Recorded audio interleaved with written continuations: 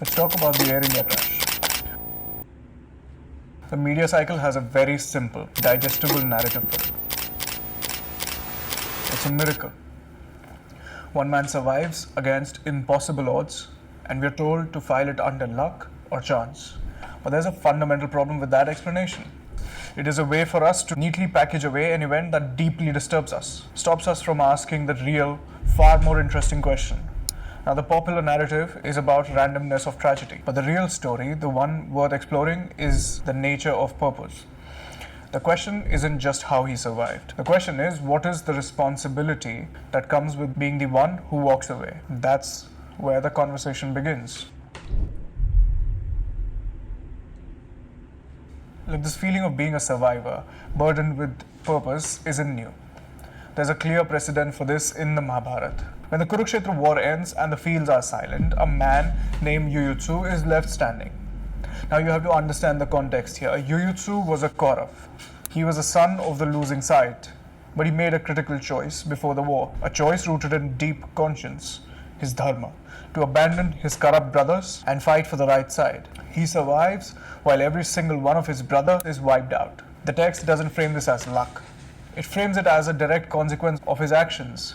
His survival wasn't the end point. It was the starting point of his new role, helping to govern and rebuild a broken world. His survival was tied to his utility. So we have one data point, purpose-driven survival. Let's look for another one. This is the story of Prahlada. This is the story of a boy whose father, the king, a tyrant, wants him dead. The reason? The boy's unshakable faith. The father tries everything, fire, poison, cliffs, and Prahlada survives every single attempt. The story isn't about magic. It's a story about alignment.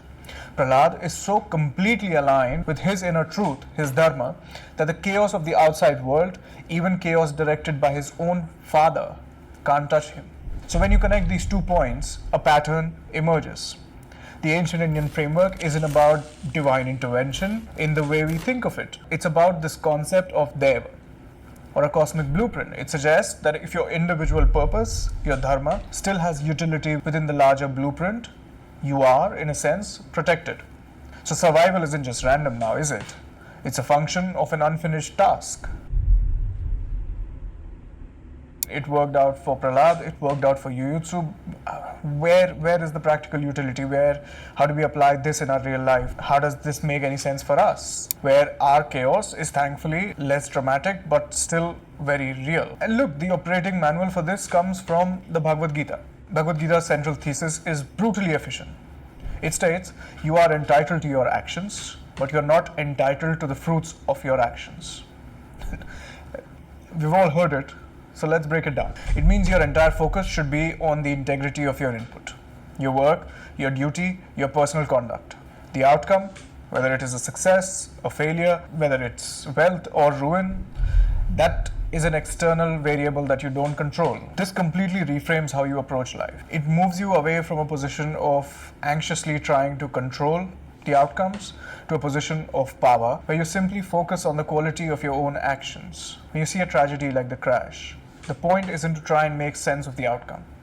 The point is to turn inward and double down on the integrity of your own path. That's literally how you navigate chaos. You don't try to control the storm. You focus on being an unshakable anchor. I mean, we've broken down the survivor's paradox now, haven't we? We've replaced the lazy idea of luck with a much more robust framework of Dharma and purpose. But surviving is one thing, and building is another. The story of Yuyutsu and the survivor is about being left behind to pick up the pieces. Who knows how many questions is that poor man going to face? The story of the Pandavas, however, is the guide on how you can build an empire out of those pieces. They didn't just survive their trials. They leveraged their Dharma to create a legacy. Now, that's a different kind of breakdown. It's a masterclass in strategy, and it's the next logical step in this conversation. It's only fair we dissect that playbook in a future video as well. Make sure you're here for it.